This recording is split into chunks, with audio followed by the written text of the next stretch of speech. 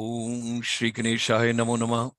Greetings to everyone world over, all our brothers and sisters across the globe in different countries, in different time zones, in different wellness conditions, in different frameworks. We know we all are coming gradually, systematic way, post-pandemic period out of the Corona war, which we all faced. That was too horrible and too difficult for us to consume. We need mental wellness, physical wellness, spiritual wellness, environmental wellness, and of course, economic wellness as well. All of us, we need it in our life because there got to be something valuable contribution to the humanity by all of us, whatsoever best we can do. For that, you require finances, you require budget. And in India, every year on 1st of February, you have the budget coming from the finance minister, Government of India, and we are just little away. You can well imagine today is already 19th of January, and on 1st of February, you will have the budget. We are having some deliberation pre-budget, and we are also touching upon what all the finance minister gave on 1st February 2022, how much we have moved, how much we have achieved, and how many milestones we have covered, and what all is on the way, which we have to take on. Our chamber focus, of course, we are dealing with the service industry, but our main focus, prime focus as a golden triangle, we are taking into three areas: education, tourism, and skills. You may call it why you haven't taken skill immediately after education, because in tourism also you require skills. So education, tourism, and skills, that's the focus. So hearty welcome to each one of you. Thank you very much for being a part of our journey and to be with us, encouraging us. Let's move on in the pre-budget, little bit of the glimpses, what all is going on. ICSI, International Chamber for Service Industry, extends a very, very warm welcome. I know it's very cold in Davos, and particularly from 16th to 20th of January, when the deliberations and celebrations and collaborations and what all is globalization is taking place, which is going on in the Davos, we are right over here in this universe where we are taking our journey forward, India and 32 million plus Indian diaspora abroad. All of us together, we are moving on. अगर हम budget 2023 और 24 के बारे में जो जानना जरूरी है, उसके लिए कुछ एक चीजों का हमको पता होना चाहिए। 31 जनवरी से शुरू होगा बजट का सत्र और 8 अप्रैल तक चलेगा हमारे लोकसभा में। वित्त मंत्री निर्मला सीतारमण बजट सत्र के पहले दिन आर्थिक सर्वे पेश करेंगी और 1 फरवरी को वित्त मंत्री यूनियन बजट 2023 और 24 को पेश करेंगी और बजट पेश करने के बाद इसे संसद के दोनों सदनों में पास किया जाएगा। आम बजट 23 और 24 वित्त मंत्री श्रीमती निर्मला सीतारमण जी का लगातार 5वां बजट होगा भारत में, और 2024 के जो आम चुनाव भारत में अगले होने वाले हैं, उससे पहले यह मोदी सरकार के दूसरे कार्यकाल का आखिरी पूर्ण बजट होगा। आइए आगे चलते हैं। Let's take on first the journey of education. 2022 और 23 के अंदर the honorable finance minister, when she gave basically the budget and she gave certain milestones, let's touch them one by one. Digital university with universal education, launch of Desh Stack e-portal, a digital ecosystem for skilling and livelihood, high quality e-content through digital teachers, one class, one TV channel program expanded from 12 to 200 TV channels. Startup to facilitate the Drone Shakti for drone as a service. 750 virtual labs in science and mathematics. 75 skilling e-labs for simulated learning environment. अब थोड़ा सा आगे चलते हैं। इस सब चीज को जब हम लेकर चलते हैं, how much have we achieved, where are we, and how we are moving ahead, let's move with that. Union budget 22-23 के अंदर there was a 6.46% increase in the budget allocation as far as the higher education is concerned, and at the same time when you talk about school education, 15.63% increase in the budget allocation of Department of School Education. Rest of the statistics, it's going on the YouTube live. आप इसको अपने आप अपने time में देख सकते हैं. Let's move ahead because there's a lot to cover. Now, expenditure on education in India well below the global average. Now, if you take into consideration couple of countries we have intentionally not listed over here, आपके लिए quiz question है. अगर आप YouTube पर जहां इस programme को watch कर रहे हैं, कोई भी मुझे लिख के दे कि वर्ल्ड की टॉप 5 कंट्रीज के नाम, आगे परसेंटेज लिखें कि वो कंट्रीज अपनी जीडीपी का, मुझे 5 टॉप कंट्रीज चाहिए वर्ल्ड की, those have got maximum expenditure on education, because I am taking an average over here so that we don't get too much disturbed. Like Sweden has got 7.6%, Belgium has got 6.5, Brazil 6.3, South Africa 5.9, Israel 5.9, UK 5.4, Australia 5.3, European Union 4.8, and world की average is 4.2, India 3.5 बोल रहे हैं, but actual it is somewhere 3.1. That is kind of a contribution.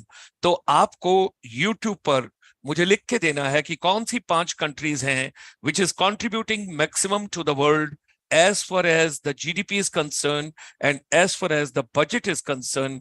We got to be taking on that. I would request each one of you, जिसके 5 correct answer मेरे पास आएंगे, आपको आज की शाम 1000 रुपीस का कैश प्राइज हमारे चेंबर की तरफ से. We got to move on and we have to take on. Now, sector wise allocation की अगर आप बातचीत करें तो बिजनेस टुडे की स्लाइड्स बहुत सारी हैं जो यूनियन बजट की बातचीत करते हैं. अब एजुकेशन पर तो हमने पैसा खर्च किया, लेकिन चाइल्ड की हेल्थ, चाइल्ड की डेवलपमेंट एंड चाइल्ड की protection. The other day with Madam Supreet Garcha ma'am, we had done the program for special kids, for special children, how they should be brought into the main education ecosystem. We all discussed about that. अगर हम education पर पैसा खर्च कर रहे हैं तो उसके साथ साथ चाइल्ड की health, nutrition, child development and child protection, they are also very important areas which we have to take into consideration. अगर हम सेंटर की education spending as a proportion of the GDP, तो ये थोड़ा सा एक दुखदाई है क्योंकि ये इंक्रीज नहीं हो रहा है, ये कम हो रहा है. Whereas in the NEP 2020 we have made a commitment that 6% of the GDP we would be spending on education ecosystem. So that is something very important which we all have to realize. उसी तरीके से देखिए, अगर centre का budget कम हो रहा है तो कुछ एक स्टेट्स हैं जिनका शेयर एजुकेशन में बढ़ रहा है. They are increasing their share. So that also we have to note down. Now all these statistics my colleague Chitra Kapoor ma'am has taken from the Business Standard and Business Today, and they are factuals and they are the ground realities. Now, actual expenditure on education has been lower than the budgeted, which I have already discussed with you, and percentage of the GDP also. अगर हम यहाँ पर बातचीत करें तो देखिए, आपको बताया था कि जो हायर एजुकेशन है उसके अंदर 3 चीजें, क्योंकि फॉरेन यूनिवर्सिटीज भी आ रही हैं, फॉरेन कोलैबोरेशन भी आ रहा है, इंस्टीट्यूट ओवरसीज से इंडिया में लाके अपने कैंपसेस के लिए, उसके लिए भी UGC is working very hard. And at the same time if we take into consideration, digital university is again going to be the game changer. But ultimately we got to see कि north east India के last village में, last milestone में, last student को क्या वो education मिलेगी जो बाकियों को अर्बन एरियाज में और मेट्रोज में मिलती है. That is something very very important. फिर हमने एकेडमिक रूट्स की भी बातचीत की थी, that is training program, joint program, dual program and who all are eligible. इसके बारे में हमने डिटेल में कल आपसे बातचीत की थी. फिर यूजीसी का भी हमने आपको बताया कि जो फॉरेन यूनिवर्सिटीज आ रही हैं उनके लिए क्या गवर्नमेंट की तरफ से गाइडलाइंस हैं. हमने आपको बताया था कि पहले 18 जनवरी डेट थी, अब उसको फरवरी के फर्स्ट वीक तक ले गए हैं. और नेशनल डिजिटल यूनिवर्सिटी, इसके बारे में भी हम आपके साथ एक दिन डिटेल में चर्चा करेंगे. I think one of these days we will discuss with you India to get its first national digital university in 2023. Now, what are the trends in higher education? If I see in 2022, there's an increased use of technology based on intervention. Corona के आने से it got accelerated pace, path, and phenomenal development as far as adopting technology is concerned. Education transparent हो गई, education open हो गई, education visible हो गई, education accountable हो गई, and that has moved in the direction where the parents, the grandparents, everybody can sit next to the laptop or to the desktop and they can see what their children or grandchildren are learning and who is imparting what. And people, those are working hard, those are talented, those are creative, those are innovative, they got to be rewarded because everything is transparent. Artificial intelligence जो है वो हमारे classroom तक आ गई, जो soft skills हैं वो बड़ी इंपॉर्टेंट हो गई, etiquettes, manners, gesture, body language, personality enhancement, and your communication to connecting skills and facilitating learning versus teaching. Now, learning has become the central fulcrum because education के अंदर knowledge is coming from different sources, not only from teachers. अगर हम 2023 में आते हैं, because the January has just started, the year has just started, the metaverse education, that is something very, very important.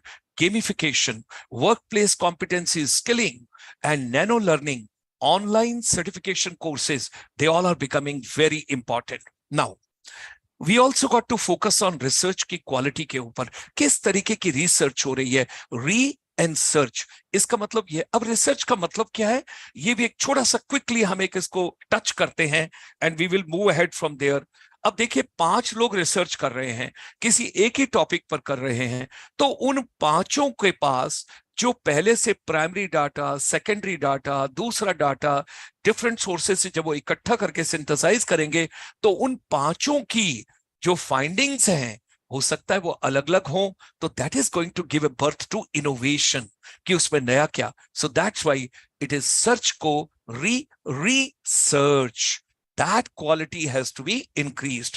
अगर हम global के innovation index पे देखें तो इंडिया बहुत पीछे है. Switzerland is at number 1, US is at number 2, Sweden is at number 3, UK is at number 4, Netherland is at 5, South Korea is 6, Singapore is at 7, Germany is at 8, Finland is at 9 and Denmark is at 10. Scandinavian countries में से आप देखिए, आपके पास Sweden भी है, आपके पास Finland भी है, आपके पास डेनमार्क भी है. और आपको याद होगा हमने आपके साथ एक वेबिनार किया था जिसके अंदर आपको बताया था कि ट्रेडिशनल लाइब्रेरी से ह्यूमन लाइब्रेरी की तरफ को शिफ्ट हुआ है सब कुछ, and that is the country which started, that is Denmark, because you required innovation in education now, collaboration and innovation. फिर हमने आपसे की प्रिंसिपल्स की भी बातचीत की थी. नेशनल एजुकेशन पॉलिसी 2020 के अंदर critical thinking, unique capabilities and emphasising the conceptual understanding, learning, ये रोट लर्निंग को खत्म करके एक नए तरीके की pedagogy where there is an engagement in learning and learning का आउटकम होना, टेक्नोलॉजी का सही इस्तेमाल करना, कम्युनिटी का पार्टिसिपेट करना, पेरेंट्स का पार्टिसिपेट करना, खाली टीचर्स का ही काम नहीं हो, everybody should be a part, and equity and inclusion की बातचीत की, and then we should respect the diversity and the local context, क्योंकि जिस जगह की जो जरूरत है हमको अपने सलेबाई के अंदर वो सब चीजों को लाना पड़ेगा. So lot of continuous process of the assessment has to go on instead of traditional way like it happens earlier. Okay, timelines for implementation of NEP 2020. मैं ज्यादा डिटेल में इसके नहीं जा रहा हूं. 29 जुलाई 2020 को आपको न्यू एजुकेशन पॉलिसी मिल गई. उसमें स्कूल एजुकेशन में, हायर एजुकेशन में, टेक्निकल एजुकेशन में, वोकेशनल एजुकेशन में, स्किल्स में बहुत सारे चेंजेस लाए गए. और इसका जो टाइमलाइन फ्रेमवर्क है, डिफरेंट कोर्सेज को, डिफरेंट प्रोग्राम्स को, डिफरेंट पेडागोजीज और इन सब चीजों को जब हम लेकर चलते हैं तो 2021 ऑनवर्ड 2040 तक हमारी कंप्लीट चीज implement हो पाएगी, whatever is in the NEP 2020.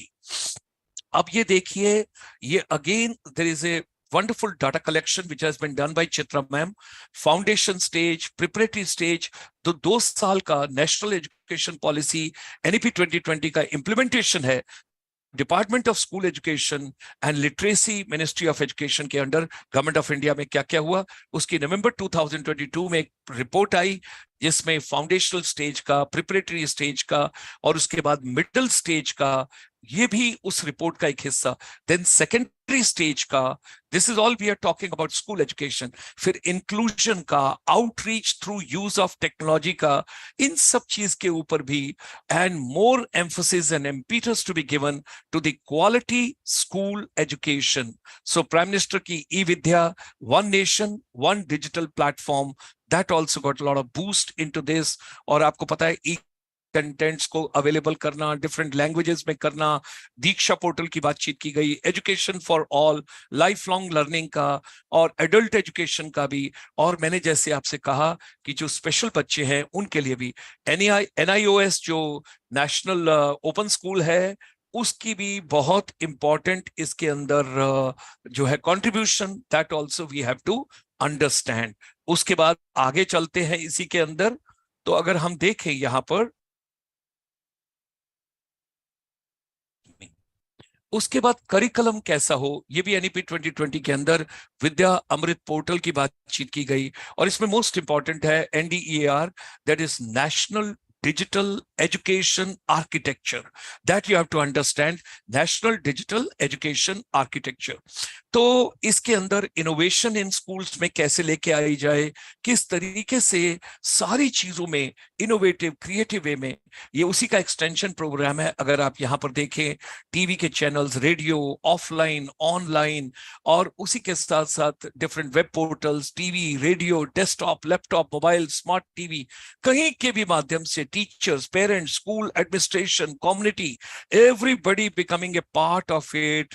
And smart boards, फिर टैबलेट्स, फिर live conferencing, hosting, infra, and SMS वगैरह, email, and digi lockers and JAM, ये सब चीजों को, satellite TV, DTH cable, Bharat net, wifi, mobile network, उसके माध्यम से सब चीजों को आगे लेकर चलना। फिर उसके बाद आ गया असेसमेंट, देन कम्युनिटी एंगेजमेंट, और उसी के साथ साथ so many new things are coming up, like guidelines for the gifted and talented students, then experiential learning centers, NIOS का portal for mainstreaming out of school children. So इसमें भी बहुत सारी चीजें।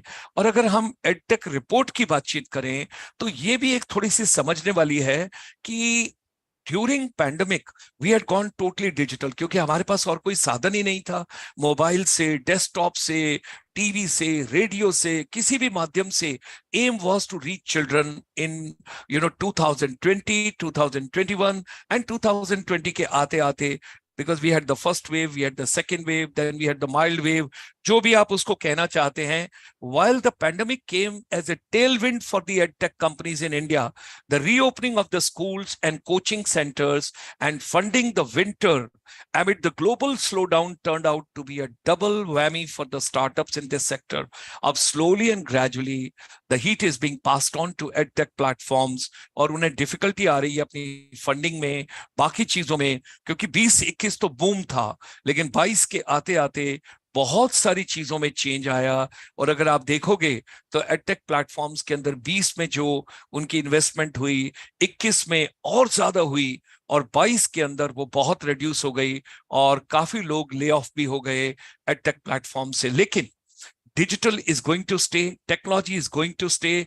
उसको आप हाइब्रिड लर्निंग कहें, उसको आप फ्लिप लर्निंग कहें, आप उसको जो मर्जी कहें, लेकिन अगर आप देखेंगे, of course the heat has gone to Unacademy, Vedantu, Byju's, and White Hat, and Lido, and Front Row, and Lead, and that Yellow Class.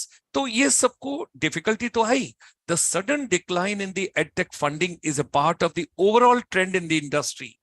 Total money inflow in India, startups slipped from 12 billion during the first quarter of 2022 to 7.86 billion in the second quarter. Also, July saw less than 1 billion in total funding, while is which is the lowest in the past 15 months when we note down this edtech platform. अब हम बातचीत कर रहे हैं अमृतकाल की। माननीय प्रधानमंत्री जी की सोच है, श्री नरेंद्र मोदी जी की, कि 2025 में भारत कैसा होगा। अब आप वसुधैव कुटुंबकम की जब बातचीत करते हैं तो हमारे जो बाहर एनआरआईज गए हुए हैं उनको भी साथ ऑन बोर्ड लेना बहुत जरूरी है. If you really want to progress, if you really want to develop, if you really want to achieve the milestone, 5 trillion economy was the first target being set. और अभी आपको पता होगा कि मिनिस्ट्री ऑफ कॉमर्स और industry ने भी 1 trillion products and 1 trillion services के एक्सपोर्ट्स की भी घोषणा की है. हमारे इंपोर्ट बहुत बढ़ गए हैं और ट्रेड डेफिसिट का गैप बढ़ जाएगा अगर हम अपनी एक्सपोर्ट्स को नहीं बढ़ाएंगे. सो इंडिया की जो एजुकेशन है, the digital way, the technology based way, we can reach larger masses, we can skill more people, we can help even those children who do not have an access to the quality education in the metros. उनका भी तो दिल करता है, उनका भी तो मन करता है, उनको भी तो वो सब कुछ चाहिए जो मेट्रो के लोगों को मिलता है. Why not? उस चीज को मद्देनजर रखते हुए आपको स्किल से कॉम्पिटेंसीज पे आना पड़ेगा, कॉम्पिटेंसीज से कैपेबिलिटीज पे आना पड़ेगा. You got to understand for that. It is very very important. और सबको क्रिटिकल वे में एंड इनोवेटिव वे में सोचना पड़ेगा how India should develop itself and move ahead.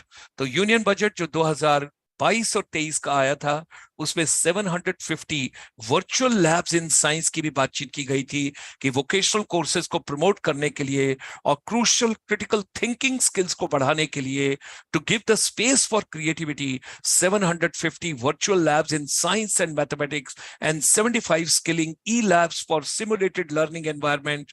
That was announced to be set up in 2022-23. Now, फिर national apprenticeship promotion scheme की भी बातचीत हुई and they got an allocation of about 170 crores in 22-23 as against no allocation in previous budget. So skill acquisition and knowledge awareness for the livelihood promotion, जिसको संकल्प कहते हैं, उसका budget has gone from INR 193.47 crore in 21-22 to INR 300 in 22-23. So Sankalp ka setting up of the trainers and assessors academia with the self-sustainable model, 50 plus academies to be set up in the priority sector, improving quality and market relevance of the skill development training programs. इन सब चीजों की भी घोषणा उस budget में हुई. उसके बाद हर एक ने एक बातचीत की, हर एक ने ये कहा कि हमें जरूरत है सॉफ्ट स्किल की. अब सॉफ्ट स्किल्स क्या हैं? कोई सॉफ्ट स्किल की बातचीत करता है, कोई लाइफ स्किल की बातचीत करता है, कोई टेक्निकल स्किल की बातचीत करता है, कोई वोकेशनल स्किल की बातचीत करता है.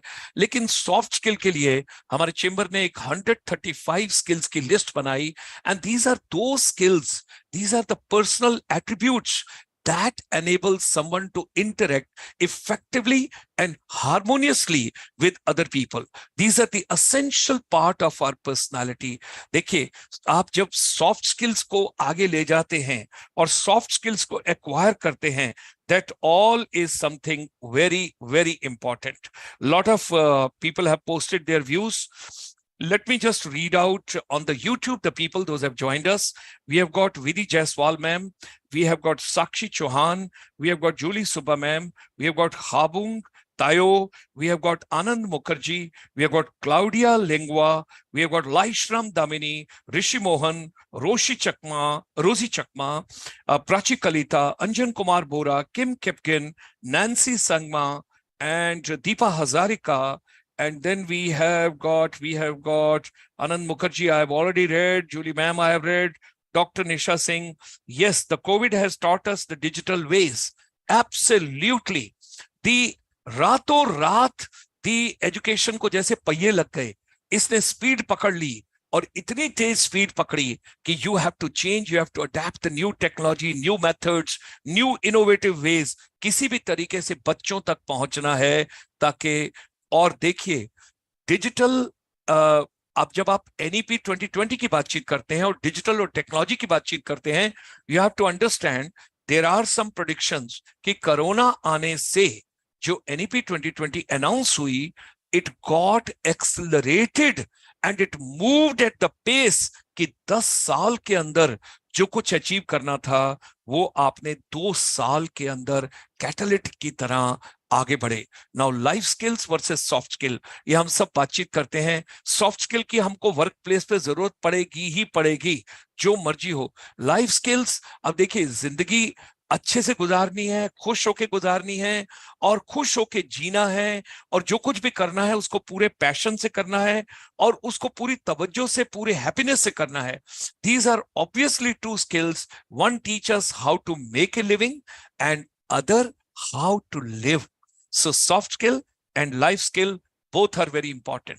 अगर हम सेक्टर वाइज डिस्ट्रीब्यूशन की बातचीत करें, एस्टिमेटेड एस्टेब्लिशमेंट्स की imparting formal, the skill training. So sector wise there are 37 sector skill councils, and you have to take into consideration कि उसके अंदर, सबके अंदर किस किस चीज में जा रहा है। आईटी आईटीएस आपको पता ही है, financial, education, health, manufacturing, construction, transport, trade and accommodation, restaurant, and couple of other things.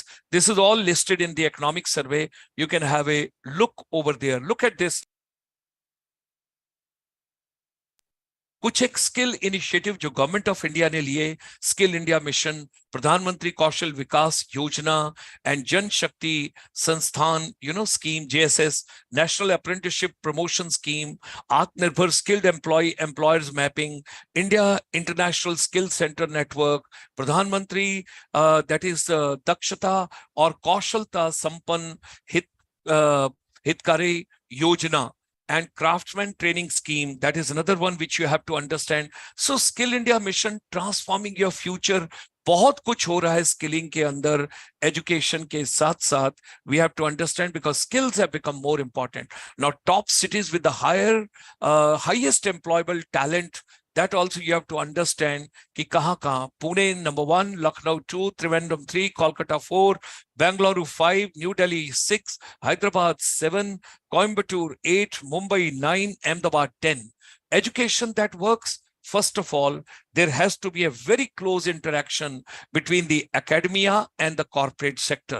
It is like a hand and glove. सर्दी ज्यादा है भारत में, तो इस समय जैसे आप ग्लव्स पहनते हैं ठंड में अपने हाथ में, उसी तरीके से इंडस्ट्री और एकेडमिया का आपस में एक रिलेशन, फिर बच्चों के लिए इंटर्नशिप, और फिर उसके बाद जो टेक्नोलॉजी है उसको अडॉप्ट करना, and tech led education and approach is very important. फिर इंडस्ट्री के साथ इमर्ज हो जाना, and you have to work out. Corporate को हम अपनी क्लास तक लेकर आए, ये नहीं कि उनको सिर्फ प्लेसमेंट के टाइम के लेकर आए। Skills availability state wise, that is also given over here. You can see it in your own time, because I do not want to spend too much of time on this. 75% of the employers in India identifies, they say that there's a skill gap and before the children enter the workforce. तो ये problem हम bridge क्यों नहीं करते, हम इसको क्यों नहीं अंडरस्टैंड करते, जब हमको पता है कि इंडस्ट्री की रिक्वायरमेंट है। और अगर कॉर्पोरेट हमारे साथ सिलेबाई बनाने में भी हो, क्लासरूम में भी हो, हमारे कॉलेज में भी आए, स्कूल में भी आए, इंस्टीट्यूशन में भी आए, तो उनको पता लगेगा किस बच्चे की क्या क्वालिटी है, किस बच्चे का क्या पैशन है, किस बच्चे की क्या इंक्लिनेशन और डेडिकेशन और डिवोशन है, उस तरीके से बच्चों को लिया जा सकता है। अब गूगल की बात करें, माइक्रोसॉफ्ट की बात करें, तो ये सब भी ऑफर कर रहे हैं upskilling programme for the techies. So you have to understand, and there is something called tech Saksham, that also. E skill India की हम बातचीत करते हैं, माइक्रोसॉफ्ट लर्न की बातचीत करते हैं। एनएसडीसी ने कुछ वक्त पहले, अगर आपको याद हो, माइक्रोसॉफ्ट के साथ एक एमओयू भी साइन किया था, जिसमें कि 1 लाख यूथ को डिजिटल स्किल्स के लिए ट्रेन किया जाएगा। अब अगर हम शॉर्ट टर्म ट्रेनिंग की बात करें, तो देखिए एक चीज बड़ी इंपॉर्टेंट है, women empowerment is very very important for all of us. We got to understand, if we focus on women, if we bring them in all fields, if we aspire them, inspire them, skill them and bring them in the forefront, the nation would be altogether 5 trillion क्या आप 10 trillion तक जा सकते हैं। Now at the same time, कुछ bilateral engagements and collaboration between our skills development and TVET programs जो होते हैं, वो ऑस्ट्रेलिया के साथ, जर्मनी के साथ, जापान के साथ, United Arab emirate, Saudi Arabia, Singapore और फिनलैंड, इनके साथ बहुत सारे MOUs और ये सब चीजों का काम हुआ है। प्रधानमंत्री कौशल विकास योजना के 3 पार्ट हो चुके हैं, चौथा आने वाला है। नेशनल स्किल क्वालिफिकेशन फ्रेमवर्क पर भी भी बहुत ज्यादा काम हो रहा है। एनसीवीटी ने बहुत काम किया है, national council for vocational education and training, they have done a commendable work to bring lot of things as a bridge between education, skills, competencies and capabilities. ये आपकी 37 sector skill councils हैं, which is under NSDC, under the aegis of the Ministry of Commerce and Ministry of Skill Development and Entrepreneurship, Government of India. AICT, All India Council for Technical Education जो है, ये भी vocational education पर बहुत ज्यादा ध्यान देते हैं, डिजिटल स्किलिंग पर बहुत ज्यादा ध्यान देते हैं। और यूनियन जो बजट है, जब हम 22 और 23 की बातचीत करें तो digital ecosystem for skilling and livelihood, the देश टैक ई पोर्टल जो उन्होंने कहा था कि लॉन्च होगा, this will aim to empower the citizens to skill, reskill and upskill through online training. तो digital ecosystem for skilling and livelihood, तो देश टैक एंड ई पोर्टल की बातचीत। इसी के साथ साथ ड्रोन शक्ति, ये भी 2022 और 23 के बीच में डिस्कशन हुआ। Now, what could be the expectations from education and skills sector as far as the budget 2023 is concerned? Number one, digitizing the classrooms across government schools, colleges, everything with a focused approach on rural areas, augmented reality and virtual reality. इसकी जो labs हैं coming up in every school, and increase funding for innovators, developers and startups and edtechs in the form of the grants, mentorship and access to resources. अगर आपको याद हो, हमने अपने बहुत सारे प्रोग्राम्स में आपके साथ डिजिटल इंस्पिरेशनल लैब की बातचीत भी की है। अगर हमारे पास फिजिक्स लैब है, केमिस्ट्री लैब है, कंप्यूटर लैब है, बायो लैब है, लैंग्वेज लैब है, why not inspirational lab? Youth today needs inspiration. Teachers are also burnt out. They also need empowerment, recognition, capacity building, and their holistic participation in nation building the best possible. जब हम holistic बातचीत करते हैं तो quality education and accreditation of teachers, holistic wellness centers, digital inspirational labs for skills and finishing schools, the brick and mortar, if they take a place towards the digital inspirational lab, focus on the girl child education, very, very important. Public-private partnership model within an institution for informed career, decision-making and engagement. That is also very important, which we have to take into consideration. ये हमारा 2023 की expectations. आपको याद होगा कि India का पहला finishing school service industry का हमारा चेंबर लेके आया way back in 1994, and we are proud कि 52,000 के करीब youth and 35,000 teachers have gone through the process since 1994, and we are proud that we focused on northeast part of India, all the 8 beautiful states with the 45 million population, the youth, the teachers, they're very innovative and creative. And we worked on their personality enhancement, communication skills, their creative thinking, critical thinking, and of course, their life management whatsoever. This is your 21st century, the inspirational lab you were talking about, because we need children to be curious to know, because knowledge आ रही है, information आ रही है, सब कुछ आ रही है. अगर हम interesting नहीं बनाएंगे तो बच्चे curious नहीं होंगे, वो creative नहीं होंगे, imaginative नहीं होंगे, innovative नहीं होंगे. ये सब चीजों के लिए design thinking, critical thinking, adaptive learning, immersive learning, project-based learning, nature-based learning, and empathy-based education is very important, because every child, their parents, teachers, and whosoever is in education ecosystem, they need mental wellness, physical wellness, professional wellness, social wellness, and of course, economic wellness. Our chamber has come out with capacity building of educators and youth through the digital inspirational lab.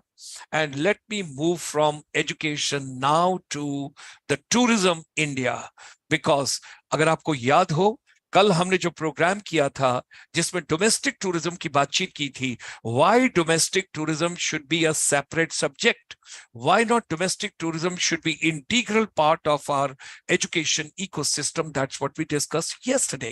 There is a huge potential, there is a vast untapped potential, and there is a vast space which we can take into consideration as far as domestic tourism.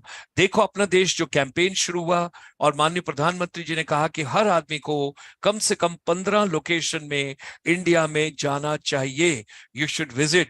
And that is almost, if I take into consideration, 2,50,124 candidates, they pledged at the same time that they will travel, and Government of India Ministry told that they will meet the budget. So अगर हम age wise और gender wise देखें, state wise देखें, तो you will get the whole statistics over here. अब एक प्रसाद scheme है, that is pilgrimage, regeneration, and spiritual heritage augmentation drive. Now this is something चार धाम लोग जाते थे. जब लोग चार धाम जाते थे तो देवर बेसिकली कीन कि हम पिलग्रिमेज करें, हम एक ऐसी यात्रा करें. तो इंडिया के अंदर इतना बड़ा पोटेंशियल है इस चीज का. प्रसाद की सिटीज भी हैं जो हमने यहाँ पर आपको दिखाई हुई हैं. अब you can see in the map yourself and you can go through in your own time. Now स्वदेश दर्शन की जो योजना है, that is also something very important because it will build India's cultural heritage display. लेकिन जो budget है tourism का वो बहुत कम है, और 2023 का जो बजट वित्त मंत्री पेश करें, इसमें टूरिज्म को प्रायोरिटी देनी चाहिए, इसको इंडस्ट्री डिक्लेयर करना चाहिए. That's what we told. हमें rural area, agri area, farm area, इन सब के ऊपर भी ध्यान देना चाहिए. वहां से ही हम बाकी चीजों को भी बढ़ा सकते हैं. मेडिकल टूरिज्म का बहुत बड़ा पोटेंशियल है, चाहे वो हॉस्पिटल्स हों, चाहे वो योगा सेंटर्स हों, चाहे वेलनेस सेंटर्स हों, इन सब का भी. So planning and on sustaining the biodiversity of fragile areas, that is also very very important. Investing in nature. जो नॉर्थ ईस्ट इंडिया है, ये देखिए क्या खूबसूरत है. आप नीचे bottom of the sea भी देख सकते हैं. You can have a look over there and just feel it yourself. You travel to Arunachal Pradesh, Mizoram, Nagaland, Tripura, Sikkim, Manipur, Assam, Meghalaya. You would say, oh my God, what a beautiful region. Northeast India tourism grows with the good infrastructure and connectivity. काम चल रहा है, अभी देखिए बहुत कुछ हो रहा है और चीजें आगे बढ़ रही हैं. We are pretty sure. And India 2047 में कैसे होगा? Tourism with its local essence will give a big support and push and boost the MSME industry also, because micro, small and medium enterprise is the backbone. So ladies and gentlemen, whatever your mind can conceive and believe, it can achieve. Let's come together. Let's make education, skills and tourism relevant. Domestic tourism we are focusing on through innovative education, skilling and futuristic, whatever we think of. अगर हम tourism के बारे में सोचते हैं, film tourism, cinematic tourism and film induced tourism, entertainment, dance, music, ये सब भी उसका हिस्सा है. Today, we complete 1,785 webinars, having started on the first day of the pandemic on 25th of March 2020. आइए चलते चलते पुनः भारत को विश्व गुरु बनना है. आइए हम सब इकट्ठे. During the thick of the pandemic, we brought this for you, and today we rejuvenate and replay.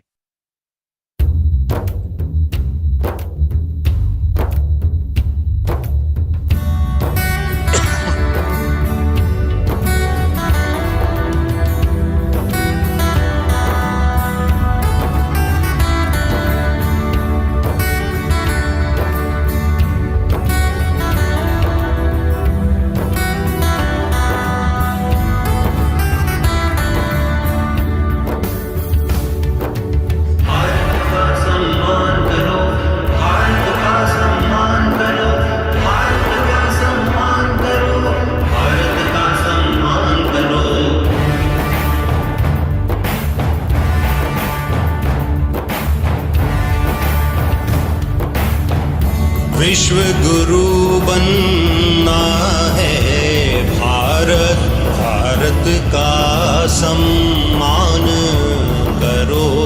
विश्व गुरु बनना है भारत, भारत का सम्मान करो.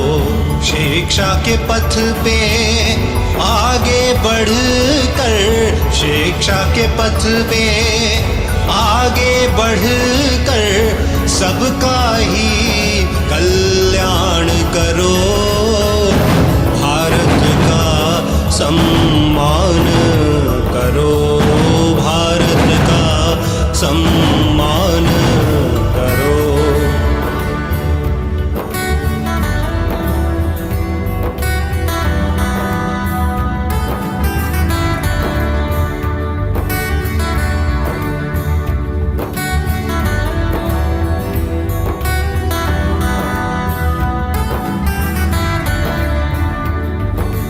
आर्यभट्ट से उज्जवल शिक्षक पूर्ण जगत में छा जाओ,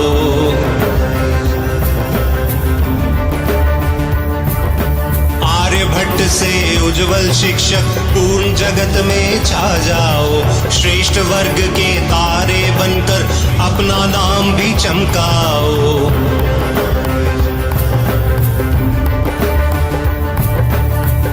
विश्व गुरु बनना है भारत, भारत का सम्मान करो। विश्व गुरु बनना है भारत, भारत का सम्मान करो। शिक्षा के पथ पे आगे बढ़ कर, शिक्षा के पथ पे आगे बढ़ कर सबका ही कल्याण करो।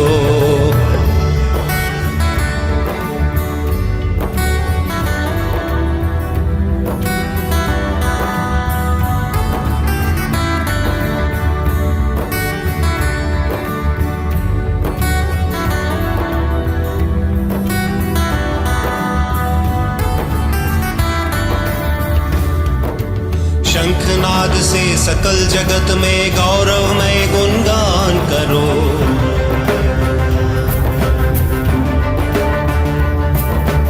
गगन कल्पना एपीजे कलाम और भगत सिंह बन जाओ। साहस भर के झांसी जैसा जीवन का बलिदान करो।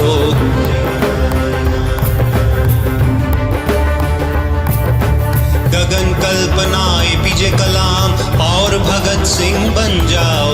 साहस भर के झांसी जैसा जीवन का बलिदान करो।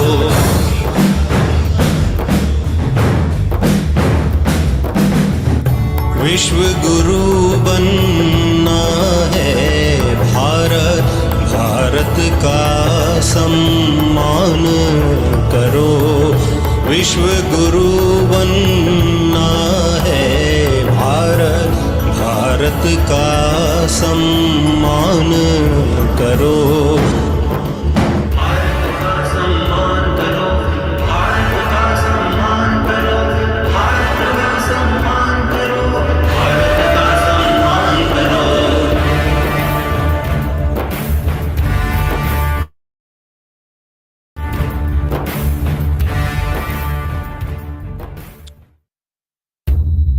So, ladies and gentlemen, this was a small token of gesture from ICSI through Mr. Sumit, which we had produced during the thick of the pandemic.